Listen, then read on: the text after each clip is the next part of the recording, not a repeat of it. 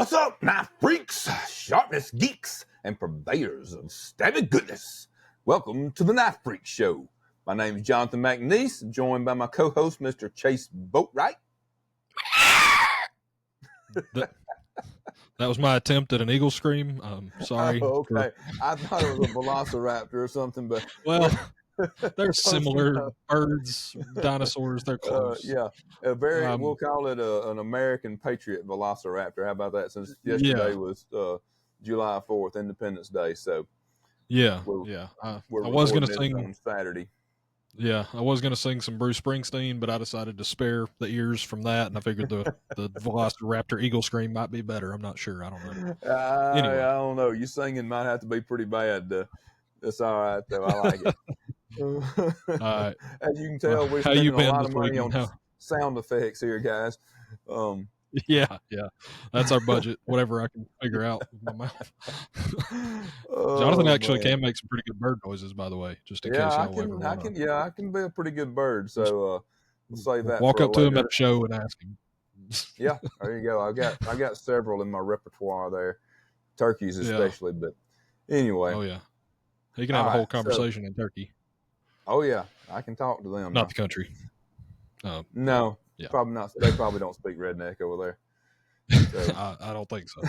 But anyway, how was your 4th, and how was your week in the shop? Okay, so 4th was good. We had a good day yesterday. Nothing super crazy. I did come out here and try to keep the machines running some at almost every day. That's a normal thing for me. So did that and went and had some pulled pork and assorted stuff over at my in-laws.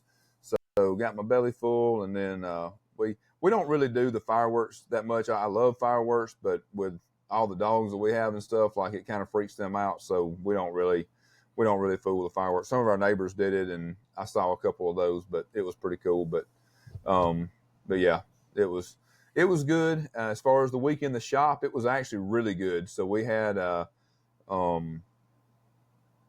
we came really close to hitting our number on our quota. Quota was the word I couldn't think of there. Yeah. So we came really close. All things considered, it was a really good week. We're trying. I talked about some, I think, last week about getting in a rhythm, getting on schedule with everything, and I figured it would take us at least a couple more weeks to get everything kind of flowing and totally in schedule, where everything is, following one process is following the other, and everything's caught up. But we came really close this week, and we're in pretty good shape for this coming week. Although I'm going to be out of town, so this is going to be a good test for the crew and see how they can do without me hovering around. So I know they're going to do good. So I'm not really worried about it. Yeah. But yeah, we cranked out a good number of Dixons. We were able to do. We had a pretty decent sized drop yesterday, and which went really well. And then we sent out a couple of batches to dealers as well. So you guys can be on the lookout for that coming up. But you want to say what dealers or no? I know one of them was Smoky Mountain Knife Works, and I honestly don't know. I don't remember who the other one was. I would love to shout them out, but I cannot remember who it was. Well, sorry to put you on the spot then. No, it's fine. I mean, we like to announce that stuff. Which I'm not as involved with that as much anymore. Amy kind of handles most of the, kind of deciding. We talk about it and stuff, but like she's kind of the one that ends up like grabbing the stuff and boxing it up for, and doing the invoicing and all that with the dealers. So my brain is on the production side and dealing with problems and figuring out better ways to do stuff and all that good stuff. So I don't focus on it as much. So I'm not totally out of the loop, but I honestly don't. She could tell you for sure who else it was. But anyway, honestly don't remember. I'm supposed to know. Anyway, won't bog us down with that. So be on the lookout. We may probably include it in our next email. So you can be on the lookout for that. Speaking of, I want to take a moment to we hadn't done this a whole lot lately. I want to give a quick little plug for both of us, guys. Please, if you're not already, please go sign up for our email list. Like that is our best way of being able to communicate with you guys, and it's your best way of getting. I know for me, it's our best way of getting the most information.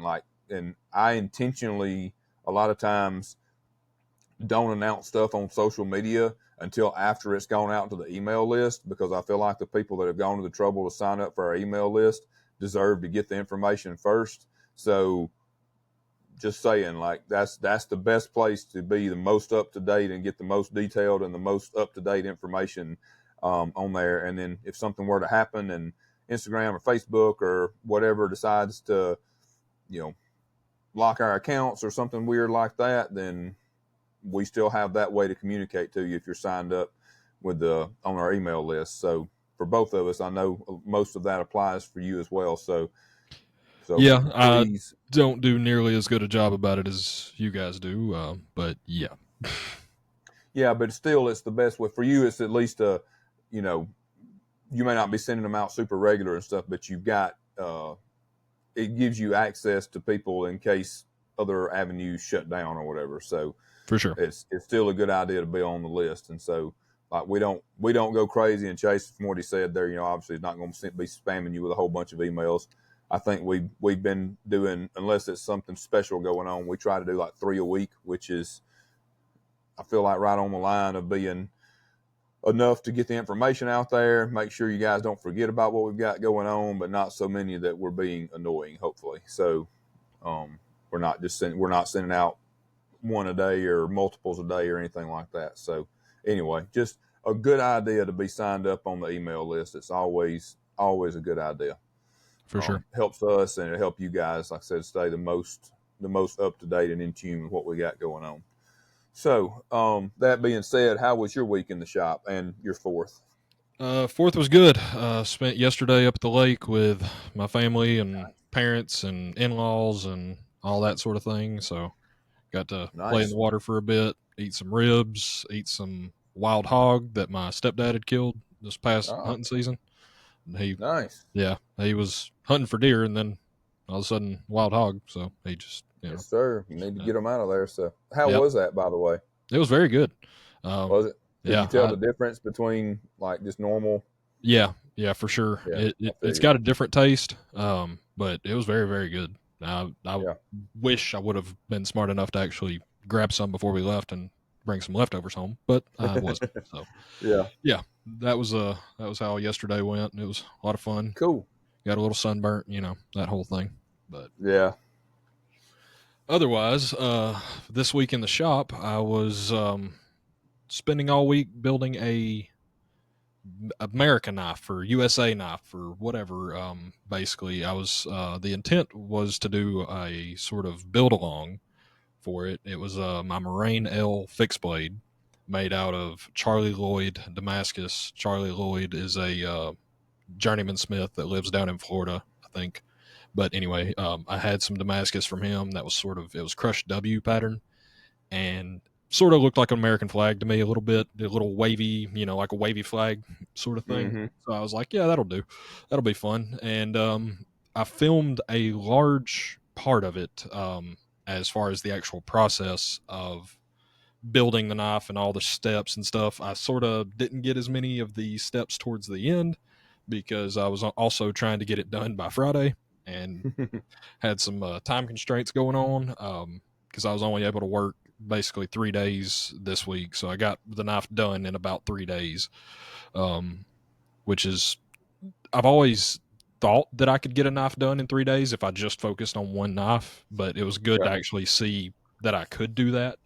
I mean, I was sharpening it at like 6:30 on Thursday evening, but I was definitely able to get it done without like, I didn't stay in the shop till midnight every night or anything like that. Right. So, now that we've got the little one, I don't really do that much anymore where I'm out there that late.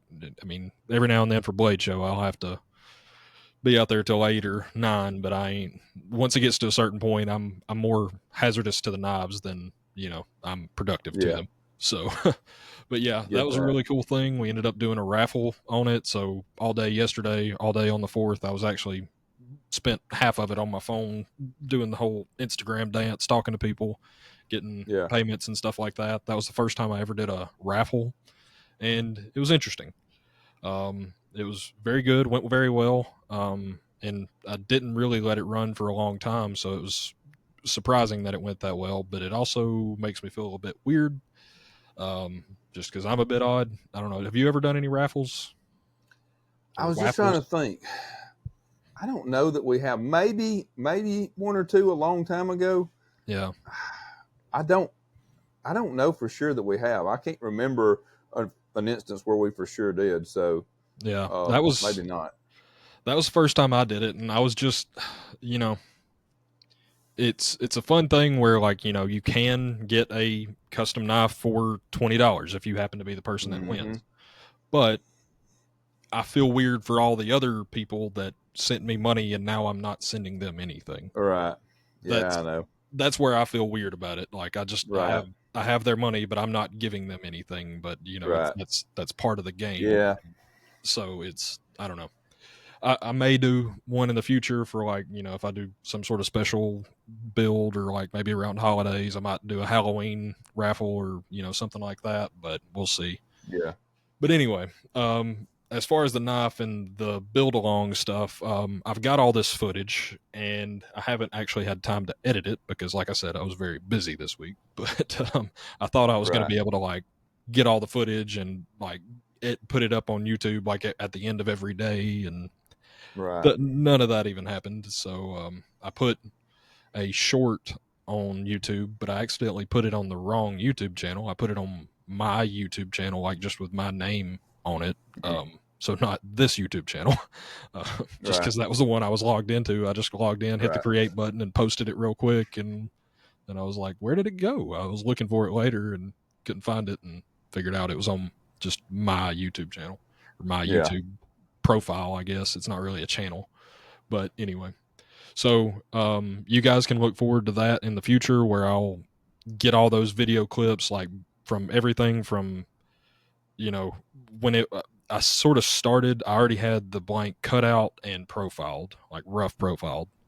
And I sort of started from there. So I surface ground it, I drilled the holes, I laid out the holes, and did all the layout for preheat treat grinding. I accidentally skipped heat treat, basically the whole process of that. I meant to get it, but Skip there was, filming it, you mean, I'm yeah, assuming. I skipped filming. Yeah, no, it was heat treated. But Be yeah, clear there. I accidentally missed filming that part. I didn't even realize it till I was done, and I had Parks 50 in my shoe at that point, so I didn't really mind. I knocked over my whole container of Parks 50 quenching oil. By the way, that's what that is for you guys.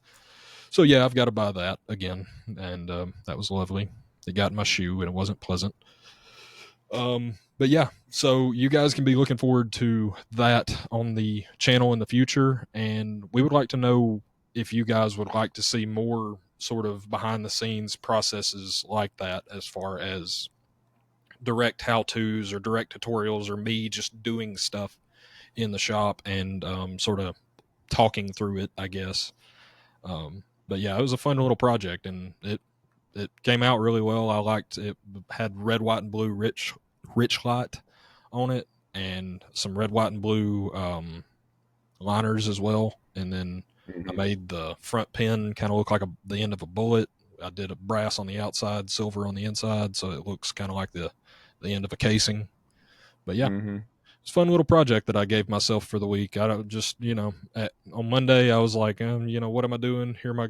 What am I, gonna do this week? And Right. my wife asked me that morning, like, what we were doing Friday. I was like, oh, what's Friday?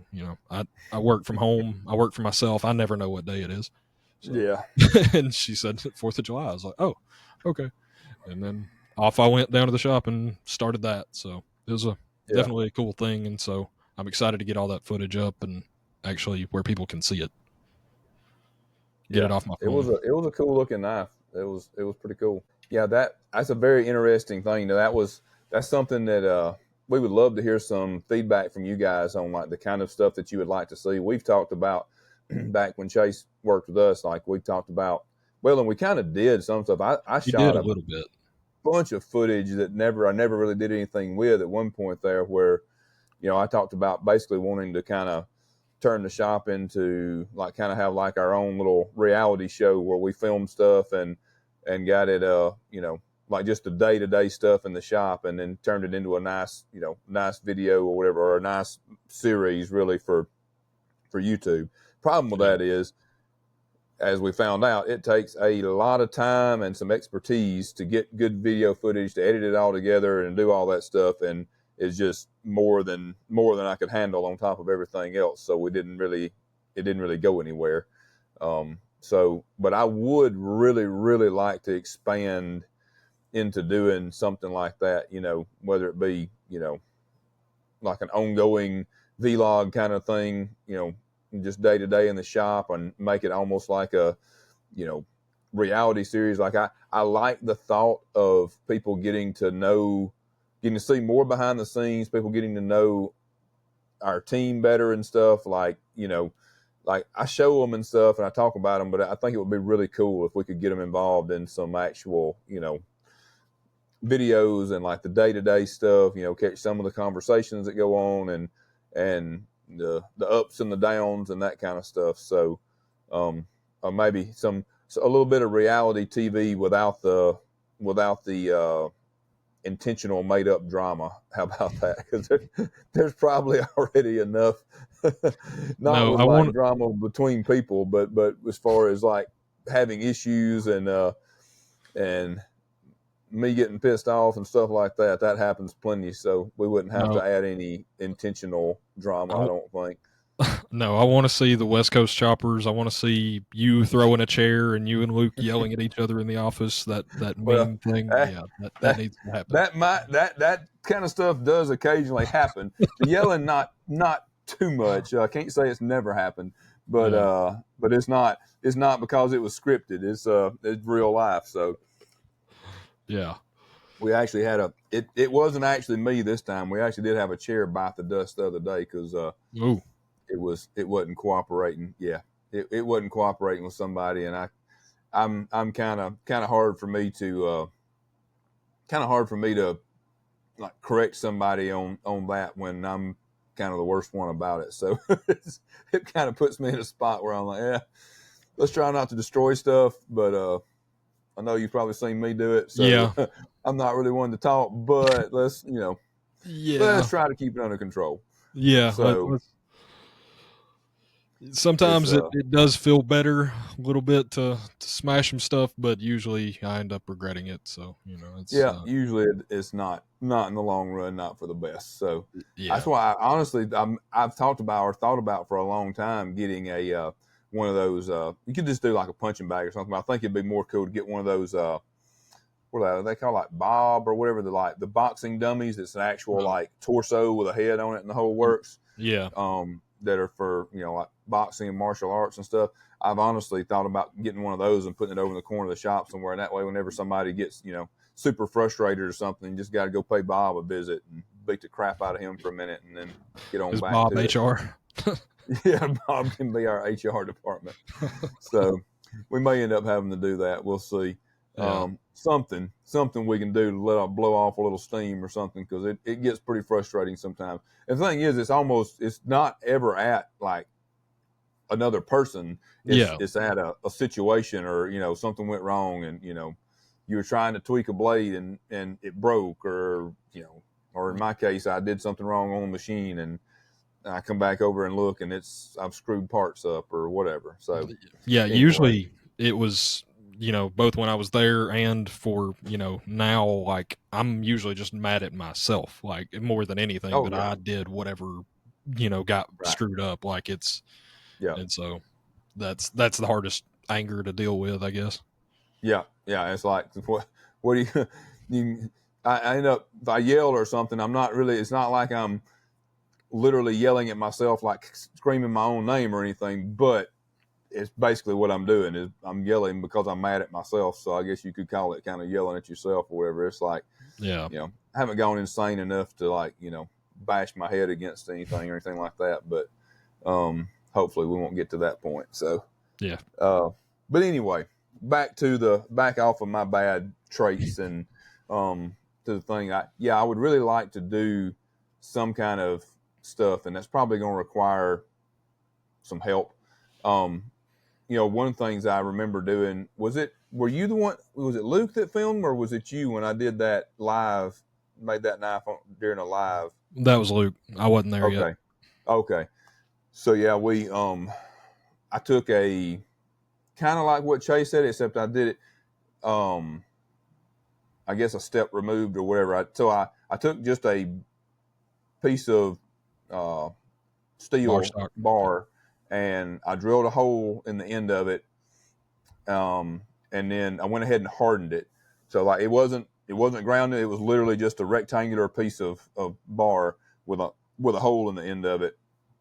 And then we started. It was heat treated and stuff. So we started the live with me having a heat treated piece of flat bar, and I just basically took a magic marker, and I didn't use like a pattern that I already had or something. I literally just like freehand drew something on there, and then took it to the grinder and had to be ground, because normally we would be using the bandsaw you would cut out most of the excess material with your bandsaw to remove the material and get it looking like the silhouette of a knife. But I couldn't do that on a hardened blade, and I couldn't finish the knife during a live if the blade wasn't already hardened. So I compromised, and we just ground it to shape. We just made a whole bunch of sparks and dust on the grinder. So I just took it to the grinder and ground it into the profile of a knife or whatever, and then ground the bevel's on it, and which is basically all we did. It didn't have it didn't have handle scales or anything. It was just it wasn't skeletonized. I guess it was technically like a full tang, but we just didn't.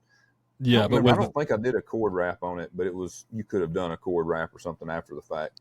And the reason for that, for those of you that are probably wondering, like if number one, you couldn't drill more holes into it without having carbide, and not very easily, not not worth it, not really. And so basically, he would have had to already have the design sort of laid out and known where the holes are before, instead of just sort of freewheeling. So that's why there was one hole, just so that was allowed for a little bit of wiggle room. And then other than that, it was whatever came to your head that day, I'm guessing. Right. Yeah. Since I literally just drew it out as we went, like there wasn't a way to just literally make it up as I went and already have the holes in it too. So other than, like I said, I put the one lanyard hole, I put it slightly off center at the back of the thing. But yeah, that was a pretty cool project. I just realized to do it all like on a live like that. It was pretty cool. I'd really like to do something else like that again in the not too distant future. It was just a fun little, Bob Ross, make it up as you go, put a little tree over here, that kind of thing. So that was a lot of fun. And we'd actually really like to hear, guys, what kind of stuff you guys would like to see. I assume that kind of stuff is interesting to you, but at the same time, I don't know. Like, we'd like to have feedback on what kind of stuff. If you think that, a kind of vlog or just short snippets every day, or something that's more of like a full weekly episode of like a reality show kind of deal put together or whatever. So, and I'm not saying that any of this is going, some of this stuff that's more elaborate may not happen anytime soon, because I just don't have the capacity to do it. Honestly, I'm looking at probably one of the next bigger hires that we're going to make is going to be somebody. They'll probably have to wear a couple of hats to start with, but somebody to help with like content creation and stuff, at least a photographer / videographer, if not somebody that can actually do social media stuff too. So, guys out there, anybody out there that happens to have some of those skills, maybe keep that in mind. Obviously, it would be I don't imagine we've got anybody right here in our backyard probably, but you never know. So anyway, worth a mention. But so anyway, yeah, I want to do more stuff like that. You've already been trying to do more stuff like that. So I think we can make ourselves take the time to do it. It definitely cuts into your workflow when you try to do it, but it's, it definitely helps to have some good content to put out there and let people see what we're doing and be more relatable and that kind of stuff. So yeah. Yeah, for sure. I mean, that's it's been said a million different ways and a million different times, but like, people are buying the maker just as much as they're buying the knife, or if not more. And so like putting yourself out there and putting your personality and your sense of humor and in some ways and stuff like that out there is, I think, better than not being a little, you can be a little too milquetoast. When you do that, it's going to be, it's just like in normal real life with just, normal in-person interactions with people. You be yourself, and some people are going to be, some people are going to vibe with you and some people aren't. You know what I mean? It's like one person may think you're the coolest dude in the world. The next person may think you're just a total jerk or whatever, just not like you or think you're lame or whatever. So it's just, you're not trying to please everybody. You just be yourself and let the people that do kind of vibe with you and or your kind of people, let them come along for the ride. That's just the way you got to look at it, because you're definitely not going to be for everybody. Nobody is. So, yeah, but that kind of you got me thinking about leading into our next subject. But before we do, did you actually have your 4th of July knife that you could show us? Yes, I realized a moment ago that it was a couple feet away from me and I could I'm going to pretend like I can see it. Oh, yeah. It is. That's really cool. I like. No, turn it the other way. If those of you that hadn't seen, like we're not able to see each other while we're filming this, so we're just kind of winging it here. But I did see it online though. I saw it on Instagram. So yeah, and it's it looks like it's uneven as far as the scales go, but it's actually not, because it's a red, white, and blue pattern, so it needed to be, I guess, opposite both ways when I sandwiched it on the knife. But I couldn't tell. Most of the time when you have a pattern like that on a piece of handle material, it'll be like red on one side and blue on the other. You just put the two red sides against the knife and the two blue sides outside. Ooh. This material was red on both sides of the scales, so I couldn't tell which way was which. And so on one side it goes red, white, blue. On the other side it goes red, blue, white. And so it's the same material, same pattern, but it's just when it's coming from a different way because it's reversed slightly. And so it's kind of more blue on one side and it's a little more white on the other. But as I said on a video yesterday on Instagram, I think that kind of works. Get a little bit of variety for your flag, And of course got the Charlie Lloyd Crush W Damascus that's got the sort of flaggy to me, and I dig it. It's a cool pattern. Cool. Yeah. So just thought I'd show that to you guys since I was actually talking about it. That aren't, that's another good reason to actually watch it on YouTube versus just listening. We appreciate you listening anywhere, but you do get a little bit extra bang for your buck when you watch, because at least some of the times we have some show and tell. So, but yeah, there you go.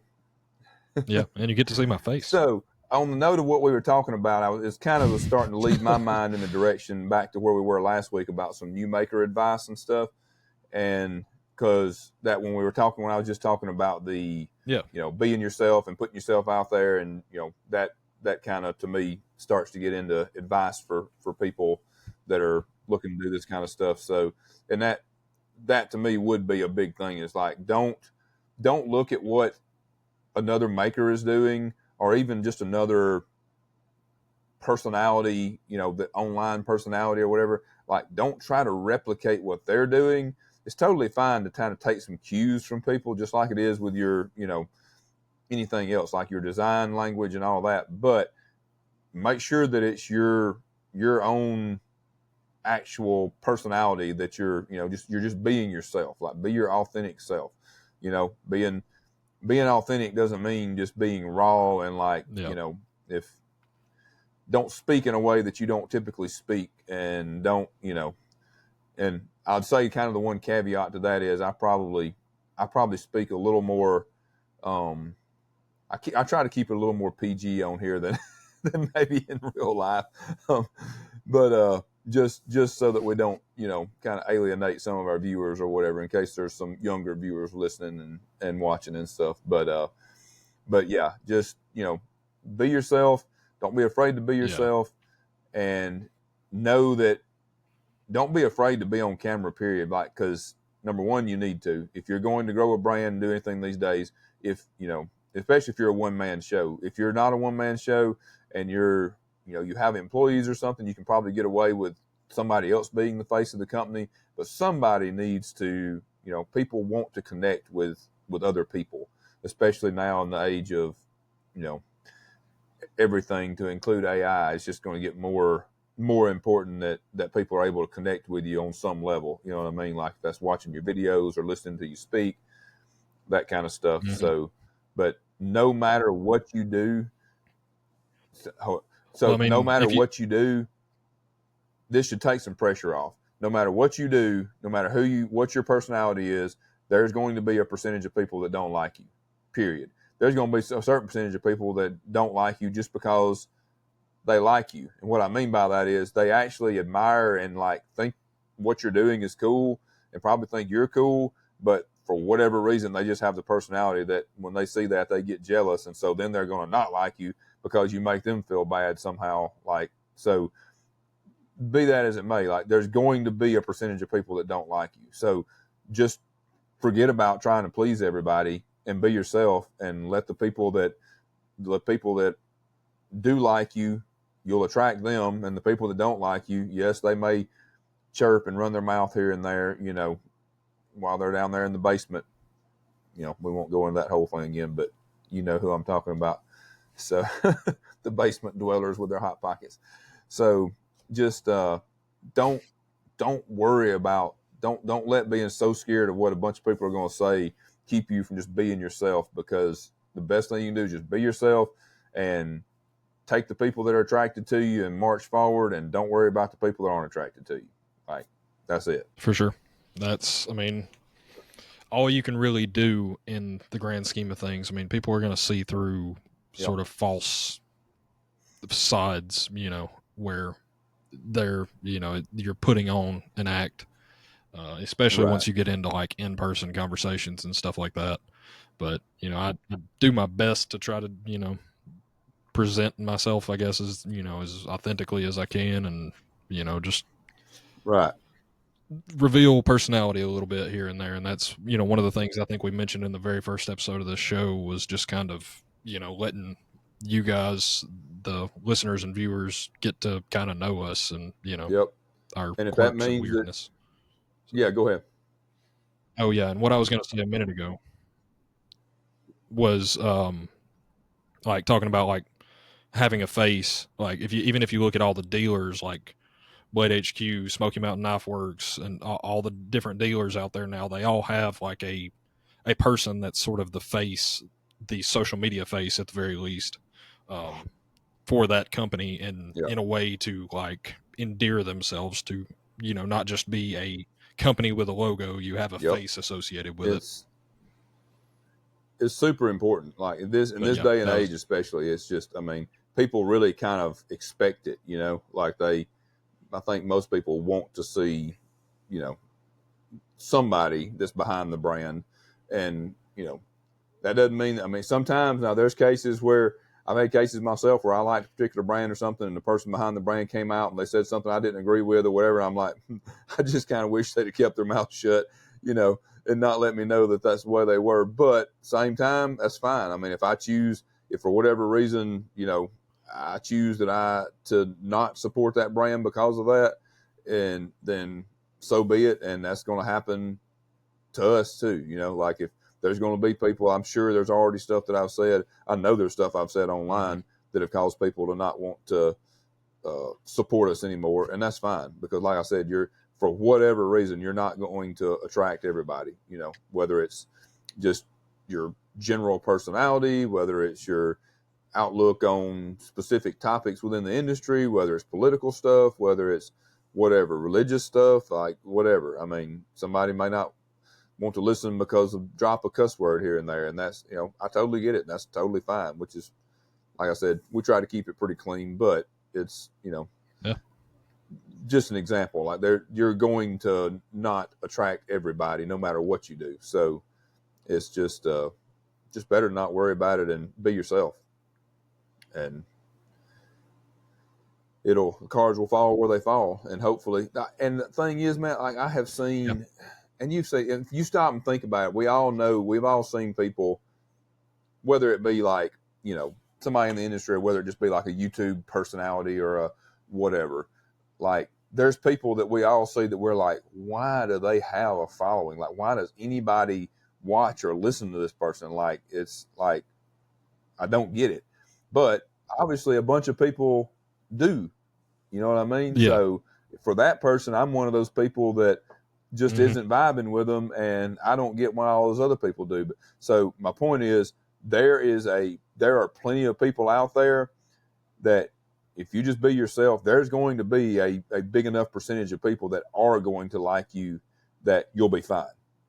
Right. So like, cause I mean, it's, there's a lot of different tastes out there. It's the reason there's lots of different people drive all kinds of different makes and models and colors and everything else of cars, and the reason we have so much variety in the knife industry. Like, not everybody likes the same thing. So it's just it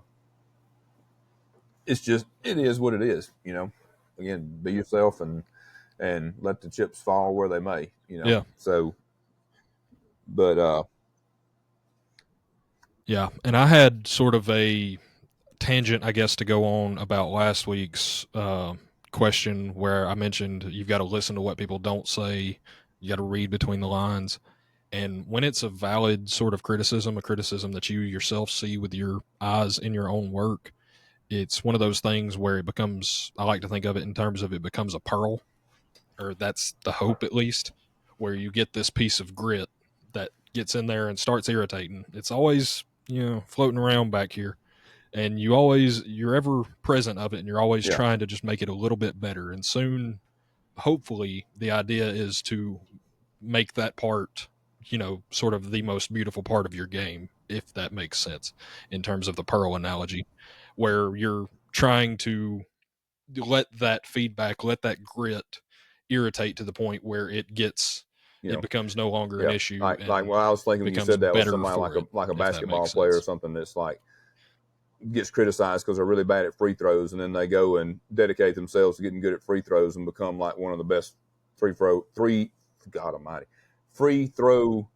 shooters in the league. You know what I mean? Like, it's okay, this is an issue. I'm gonna, not only am I gonna like make it better, I'm gonna like completely annihilate the problem, like, and to the extreme. Yeah, for sure. Yeah, no, definitely. That was one of the things I kind of was thinking about as I was editing the show last week. Like, that's something that definitely happens in my mind. I remember the things that people say, especially like the valid criticisms like that, and they stick around with me for years and years and years, and to the point where like that's sort of a minute focus almost in some areas. But right. Yeah, that was just something I wanted to sort of share as far as the maker mentality or maker mindset of sort of striving for perfection, although like perfection I found is out of myself reach. sometimes getting like, I'll get hung up on something, and like almost to the point, not just of making it like as good as I can, like you said, but almost to the point like to where it's my detriment or whatever. Like, it's like, okay, your other things are suffering because you're too worried. You're ignoring other things because you're worried about this thing, or yeah, the other thing you've got to be careful about is, what you're talking about is once you truly have decided that what the criticism was actually a real problem, because you can also let somebody can take some criticism, and like I said last week, like sometimes the criticism, like you could see where it's like, okay, I see their point, where I see why they would like me to do this certain way, but it's not necessarily the way you're doing it is not necessarily wrong. And maybe you have your own reasons, whether it just be your own personal taste, or that the majority of your customers prefer it the way you're already doing it, or whatever. But like you can let somebody's that same piece of grit or that little thorn in your side or whatever, just thinking too much about that some random person wasn't happy with your work. So even though you don't necessarily think that it's needs to be changed, you go ahead and change it anyway. And just to like, get that thorn out of your side. So, oh, well, they didn't like this. Well, then maybe you start to doubt yourself. So like there's a fine line there between, making sure that it's actually something that you need to change and correct, or are you doing it just because somebody said something, and had they not said that thing, then that person may very well have found something else to critique just because that's the kind of person they are. Like, so decide, first step is making sure that it's actual criticism that you want to do something about, you know what I mean? So, and that can be a fine line because it can be thick as you try to get your skin. It's still, like you said, it sticks with you when people criticize stuff, probably way more than people think about. They probably forgot it 5 minutes later. It was some offhand thing, or they, another thing, like people, we all know that a lot of stuff gets lost in translation when you're typing something on Instagram or Facebook or whatever, right? Like in comments, like it's not, you lose the tone, the inflection, all those things. People can come across way different. And what I've also learned from reading comments and from emails that we get and stuff like that is there are, and I'm not saying this to be mean, but there are a lot of people out there that truly do not know how to communicate through written word, like through a message, through an email, like, typing something out. Like, and I'm not talking about like spelling errors and like grammar. Right.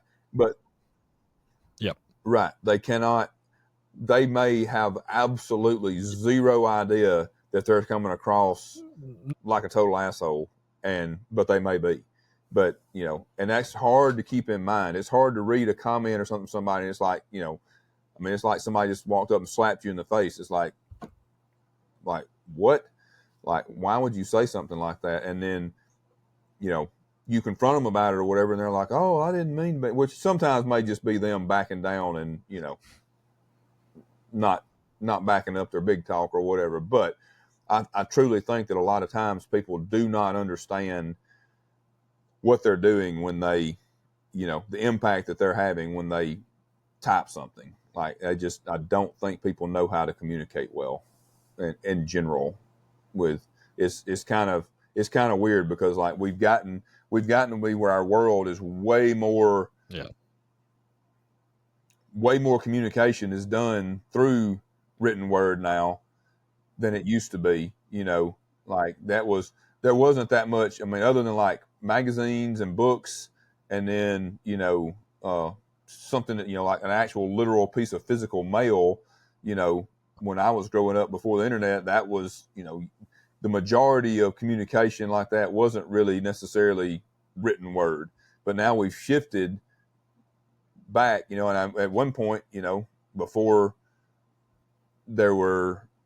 when people were more sparsely populated, areas were more sparsely populated and stuff like that, you didn't see people as much, before like telephone communication and TV and radio and all that. Like at one point the country was, almost entirely written word. And then we transitioned out of that, and now we're all kind of like coming almost full circle back to being mostly written word again. It's digital, but still, it's still we're communicating through an email or a comment versus, a phone call or a whatever. So anyway, just a weird thing, but I truly don't think that a lot of people know how to communicate real well through the written word, and that makes it way more complicated. But it's also something to remember, when somebody said something and you're taking offense to it, like they might not have meant it the way it came across, I also think no. And another thing on the, I don't know, like, like you mentioned, like back when they used to actually sit down and write letters, it took a long time for that letter to get there, relatively. It wasn't there in the next 3 seconds after it refreshed. Yeah. And the fact that it's so easy and so quick, I think slides the effort way down as far as communicating the actual proper message. When you have to send a Right. letter and it takes 2 weeks to get somewhere, you want it to be, say what you want to say. You Yep. actually, have to sit down and write it. Yeah, You definitely. Yeah, put a definitely a little more lot less thought and thought put effort into into it it, I and stuff believe. now. And it's just, I mean, most people aren't sitting down and kind of thoughtlessly writing out a letter to someone to communicate with them, but people will hop on there and make a comment, basically like out of the blue and then think nothing of it, go right on about their day. So yeah, it's that is definitely a factor. Which Yeah. kind of brings me to this is not, I'm kind of getting off subject as far as the new maker advice or whatever, but Oh yeah. from the other end of things, from customers, something that you guys can do that will help you a lot is to be a little more aware of the things that you're doing and how it's going to affect the person that you're communicating with, right? So put a little extra thought into how you word something, or whether you should even say it in the first place. While we are always, as a maker, we're kind of always, whenever we put our stuff out there, we're kind of putting ourselves out there for criticism in a way. But at the same time, like we said a couple of weeks ago about if you don't have something nice to say, don't say anything at all. Now, if somebody's just posting a random post, like, for example, I posted a 4th of July post yesterday, and I didn't say, hey, what do you guys think of this or whatever. It was just and I get that it still may get some criticism. And I didn't get any. Actually, we did get some criticism, but it was about our website, something about the drop. It wasn't about the knife itself or anything. But like, not everybody always wants to hear your take on something just because they posted a picture, right? Like, I am all for getting feedback, and I'm not saying that I only want to ever hear good feedback, but there's times when it's like people just go out of their way for no reason to just find something negative to say.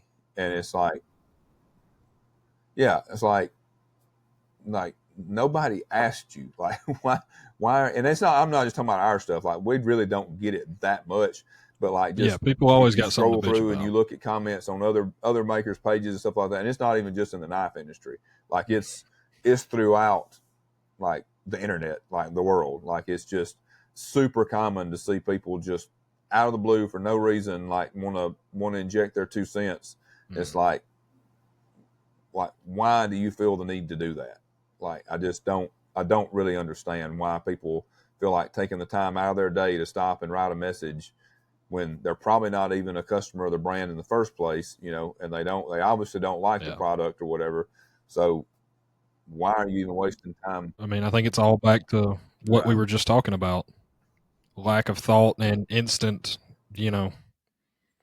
almost instant forgetting, or instant, there's no consequence, there's no nothing. It's just they see it, they have a reaction, that's it, it's done, it's over, they're already gone. Like, you, you know, If you guys want to be able to get, like, help with something, like, you're sending an email to a company and the problem I see is that there's so much crappy customer service out there that people go into a customer service situation thinking that they've basically got to, like, come into it with you know their teeth bared and their hackles up, ready for a fight on the first email, because they think that's the only way they're going to be able to get the attention and get their problem resolved, is if they come at you aggressively or whatever. And it's just like, and in some cases, in some companies, maybe that is the only way that you can do it. But if it's, it shouldn't be. If you've got a company that has good customer service, which, like, I know we both try to do, like, it does not help your case to come at us super aggressively and, like, whatever, like, just basically being a jerk right out of the gate. Like, we help everybody that, legitimately needs help, that has a problem, but a lot of the problems that we run across are not really, like, warranty issues. They're just people that have honestly done something stupid with their knife. They've broken something. They've done something, whatever, and they're wanting to know, they're wanting advice, they're wanting help or whatever. And if you come to us, right off the bat being a jerk, like, we usually still help people, but you're definitely not going to get as much of a friendly helping hand as you would if you just act like a normal human being and play nice, like just. Yeah. I mean, I've fixed non-warranty issues for, little to no money for Right. people who are nice and courteous and all that sort of stuff. But, once you start going down that other road, which I haven't experienced too much as far as on the actual customer side, but, once you start going down that other road, that immediately I'm just like, I will fix that problem if it is a warranty problem indeed. And, Right. if it's a warranty issue, not going to charge. Yeah, But just we should all, take a lesson. By all means, companies should provide good, friendly customer service, but the old saying of catching more flies with catch more flies with honey. Is that how it goes? Something like that. I'm supposed to be the old guy. I'm supposed to know all these old sayings or whatever, but something like. Anyway, it's you most of the time you're going to come off better, at least attempting to be friendly at first, until you need to escalate beyond that. So, and I've got some more stuff on that kind of things that we'll maybe cover in another episode. I don't want to have two total bitch sessions in a row of things that I think people need to do different. So we'll save the rest of that for another day. But it's almost always a good idea to, at least in the beginning, to try to be nice. Like, it's always a good idea to start out like that. You can always shift gears later and not be as nice if you have to, but like, you're way better off to start off being nice. That's right. It's hard. It's way easier to escalate a situation than it is to de-escalate a situation. It's way easier to start off and be like, hey, this is what this, can you help me? Whatever, like, just explain it, be nice, and then if it's not being taken care of, the next couple of emails can be a little more aggressive or whatever. Because this is what I personally do if I have to deal with another company. Like, I don't just come out with guns blazing on the first email. And so then, like I said, if you need to escalate, but once if you escalated on the first email, you come out guns blazing, then whoever's on the other end of that is probably not going to be very prone to help you, and they're probably not going to like back off of that position. You know what I mean? Once you've already rubbed them the wrong way, it's going to be a lot harder to like calm them back down and make them want to help you more than, versus going the other way. Way easier to escalate than to de-escalate. So start off being nice, and then, if you have to escalate it, then escalate it. That would be my advice. But from having been on both sides of the customer service issue, but for sure. So yeah. As far as another little piece of new maker advice, something that I sort of struggled with as far as like being unhappy with my current skills and my current, not necessarily knowledge, but always my skills with my hands, what I'm actually capable of doing, is something to remind yourself. I guess both of my points are sort of more what happens in here, what happens between the temples matters immensely in something like knife making, especially if you're trying to make it a business, trying to approach it with the right mentality and, come at it the right way and improve and do things the right way. Not saying I'm doing things the right way, but trying to do that. Is remember that, life and gaining skills in real life is not like it is in a video game. It's not, you can't just, pay for the skill and all of a sudden you're a, I don't know, level 4 mage with, fireball casting ability or something. I don't know. I don't really play video games that much, but you can't just immediately come out of the gate and, have these skills where you're an expert at them. Expertise comes through repetition, and expertise really comes from screwing stuff up, really. And that's back to our previous conversation last week of paying your dues, that is what we were discussing, really, is that's where your expertise comes in, is, oh, I've done that before. I don't need to do that again.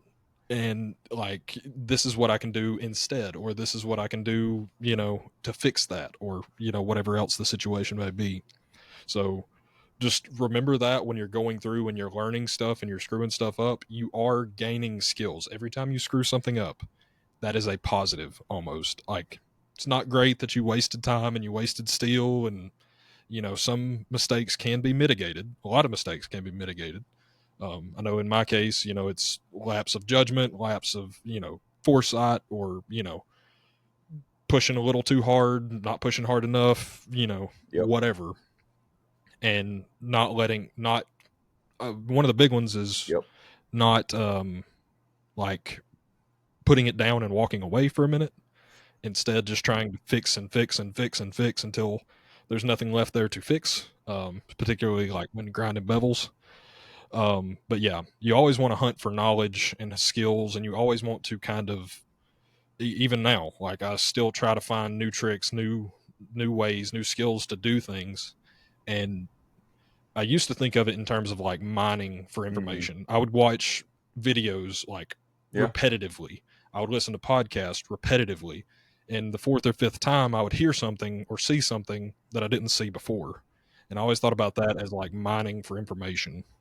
And it's one of the things that I still kind of do. Like I'm repetitive like that, where I'll listen or watch the same things over and over again and gain new information every time. So that's definitely one of the things I would recommend as far as for a new maker. Remember that it's not a video game and things don't happen instantly. This is not, a DLC that you purchase. And also, continuously hunt for knowledge and skills, even once you get to a point where you're a, full-time maker or a respected maker or a 20-something year veteran like Jonathan is. I mean, he's still constantly learning stuff. I'm still constantly learning stuff, and never, I guess, put blinders on and just, be like, this is how I make stuff and that's it.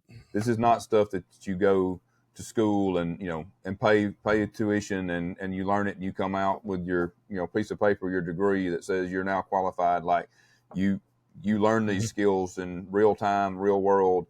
And the cost of tuition is the mistakes that you make. It's the time you put into it, the money you spend on the steel, the supplies, or whatever that, that end up wasted because you made mistakes. Like that's your cost of tuition. And that's nothing worth doing comes without a cost. And so that is the cost. And that's just, all there is to it. And then if you don't have a drive to continue to learn and continue to get better, then you're, with anything, this is true of almost any job out there. Like it's almost any skill that you could have. Like you're probably never going to be, well, I can just about guarantee you're never going to be like the top in your field or anything like that if you're not constantly striving to learn and get better. That's just, it's, everybody has to do that. Like if you look at almost all the top people from any walk of life, they have a constant thirst and desire for knowledge and trying to figure out how to get better. Yeah. So that's just part of it. That cost of tuition comment got me. That was something you used to say a lot when I worked for you, especially in the early days. Like, I'd screw up something and, well, you'd be like, well, that was your tuition. And, working on some stuff that they weren't familiar with, and we had to get them up to speed. And I am really bad about throwing people into the fire and basically being like, hey, do this, such and such, whatever, this blade. And, yeah.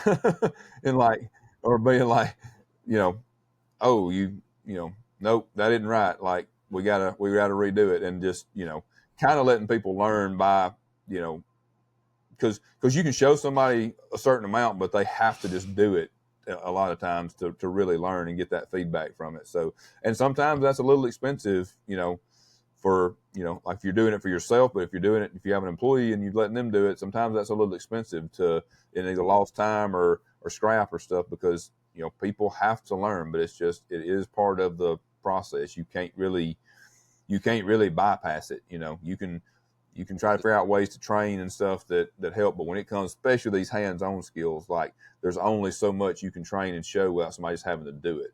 So, and yeah, your hands just have to learn the manipulations. They have to learn how to yep. approach it, how quick, how slow. It's one of those things that's you can tell people till you're blue in the face, but it really doesn't matter unless their hands are actually doing it.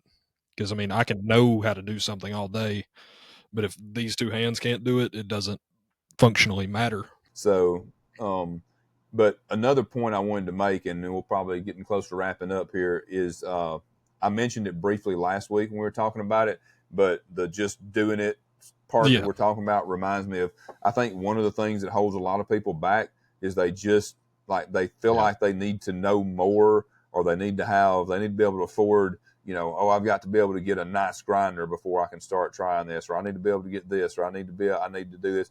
Like, just freaking do it, guys. Like, just jump in. This was, like I mentioned last week, this was one of Chase's, few flaws that he had getting started, was he just, he had dipped his toes in a little bit, but he just needed a push to just do it. Just get started. Quit worrying about messing up some steel. And we all get excited in the beginning. We're talking about if you're a really, beginner, everybody's excited. Everybody wants to jump straight into, doing a compound grind on a Damascus blade with Moki tie handles, and they've got this design for a folder and this and all this, and they've never even made, never even ground a fixed blade, or touched a bandsaw or whatever. So yeah, yep. In your mind, that first knife has got to be your magnum opus. It has to be the best thing that has ever been created, because you've thought about it for so long, as opposed to every other knife that will come after it. You haven't thought about those because you haven't got past step one. But if you just get past step one, it helps to, actually figure out where you need improvement and what, all the things you will learn on the way. I don't know who maybe originally came up with it, but I think I heard it from Mick Strider, and he was talking about basically, you get started, get a piece of steel, get a file, take the file, make a hand file out, bevels, make a knife out of it, and then, if it's good enough to sell it, buy more steel, make another one, and keep doing that. And basically, until you make enough money to buy a grinder, then take a piece of steel, try to make a knife out of it on the grinder, and then repeat, and it's just basically rinse and repeat. You do the same thing, which is kind of what I did, except I didn't actually start with a file. I started with a really, really crappy, 4x36 or whatever, a grinder that had no business trying to make a knife on. Yeah, a sander, not a grinder. Yeah. And I know other people have started with an actual bench grinder and a stone wheel, stuff like that. But just, yeah, start with something, and just build your way up. Start removing some metal, start doing some, guys, a piece of, you also don't have to make your first knife out of Magna Cut or S90V or whatever. Go buy you a simple, cheap piece of steel that's actually hardenable, that you can turn into a knife if you get it to that point, and just get started making some dust and just go. That is the way you learn. How much could you have learned in the time, that you've spent weeks or months or years thinking and debating and putting off until you can save up money for a grinder or this or that? How much knowledge could you have gained? And you could probably already be to the point where you sold enough knives that you could have already bought 10 grinders by that point, by the time you've thought about it and planned it all out and all that, instead of just doing it. So if you truly, Yeah. And I would say have a goal in mind. That helps too. As far as put a time limit on yourself once you get started. Put, if you want this to do something besides just being able to make knives as a, hobby or whatever. But even there, I think having a goal, something, be okay, I want to have a table at Blade one year, whatever. Or, I want to be able to make X number of knives per year. something like that is immensely helpful. And I want to have To one to work give to my dad for his birthday or whatever, but like, well, like when I graduated high school in 2013, my goal was to be able to learn how to make knives in the 10-year span. I had a 10-year plan of I want to be able to at least make knives by 2023, and I wanted to have a house and I wanted to have all this other stuff, and it kind of happened in a roundabout way that I hadn't planned, but it never goes the way you plan. It never goes the way nothing does. So it happened without even not necessarily the way I planned, which like we're saying, exactly. So yeah, it didn't happen exactly as I laid it out, and that was perfectly fine. So just do it. So there's no reason to wait until you have what you think is the absolute perfect plan, because it's going to change once you get started anyway. So just go and be ready to shift and pivot and make changes as you go. And that's how you get there. That's how everybody that's successful at stuff does it. Like, you cannot perfectly plan your way into something, because it's always going to change. Factors outside of your control are going to happen. Things are going to happen. So anyway, and so on this note too, the last thing I'd say about it is, like, I also wouldn't say, especially if you're not I'm talking about just eat up with like the bug to make a knife, then you haven't made one yet. Like, for most people, I would highly advise maybe trying to find somebody that's local enough that you can maybe go and they'll let you, try to grind a knife on their grinder or something like that.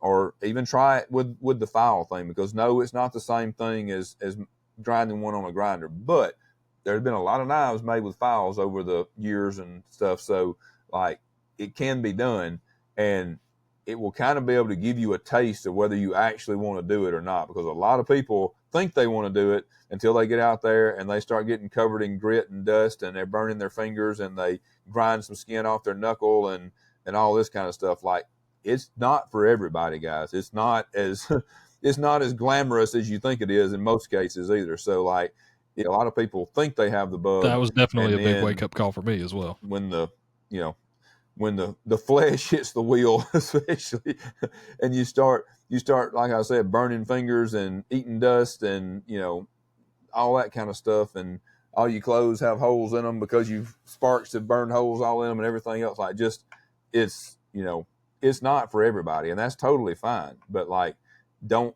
I would not encourage somebody that's never even done anything to go out and buy $800 or $900 or $2,000 grinder to get started. Like, I would highly recommend start with something else, a vise and a file and a piece of steel and a drill or whatever. Like, you can make a functional knife with a drill, a vise, and or even not even a vise, even just some clamps to clamp it to something. You know what I mean? Like, for not much money at all, you can make a functional knife. Probably, what, I don't know, by the time, if you had to buy literally everything, like some clamps, a file, a piece of steel, you got to have a way to heat treat it, which you can do with I've heat treated probably hundreds of knives in a little makeshift forge I made out of fire bricks. So if you count those, a bottle of propane, a hose, a couple $100 at most to do everything.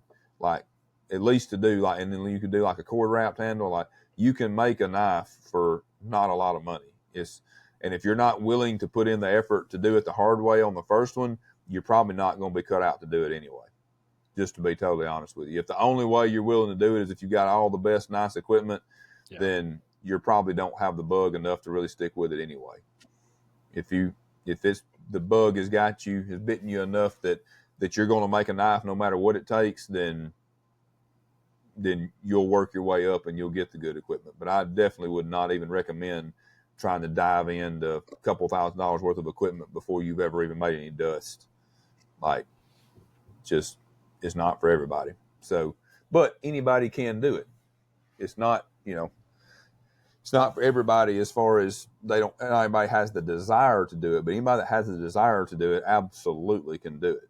So anyway, all right, we we're starting to get to the point. Yeah, we're rambling and going to get a little long here if we keep going. So we're going to try to get an episode in next week as well, guys. I am going to be coming back from being out of town, so we got to figure out the logistics and try to make that work. Not impossible. It may end up like a day late or something, but me and Chase will talk about it and figure it out.